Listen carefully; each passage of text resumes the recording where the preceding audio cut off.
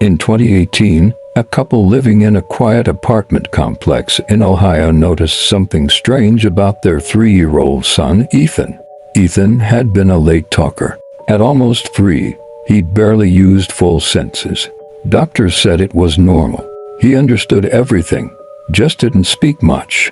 So, when his parents heard him talking clearly for the first time, they were relieved, until they realized when he was talking.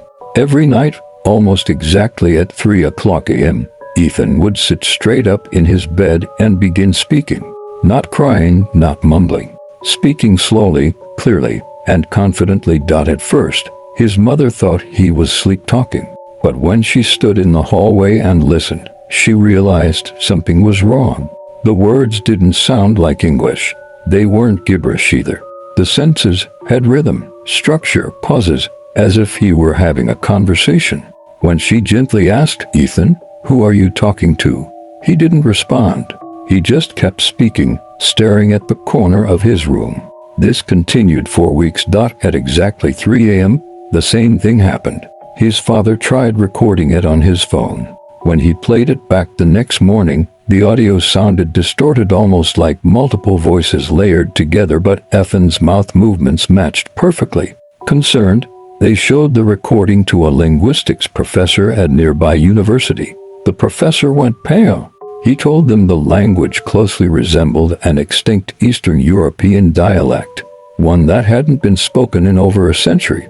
What disturbed him most wasn't just the accuracy, it was the grammar. Ethan wasn't repeating random phrases. He was forming complex sentences. The parents confronted Ethan the next night. At 2:59 a.m., his eyes opened. Before they said a word, Ethan looked directly at them and spoke in perfect English. He doesn't like when you listen. His voice didn't sound like his own. His father asked who he was. Ethan tilted his head slightly and said, "The man who used to sleep here." That's when they learned something they hadn't known before moving in. The previous tenant, an elderly immigrant, had died alone in the apartment. His body wasn't found for days. Neighbors had complained about hearing someone speaking late at night, always around 3 a.m. The family moved out shortly after. But the final detail makes this story harder to explain. On their last night in the apartment, Ethan didn't speak at 3 a.m. Instead, he stood in the doorway of his parents' room and whispered, "He's coming with us." Ethan speaks normally now.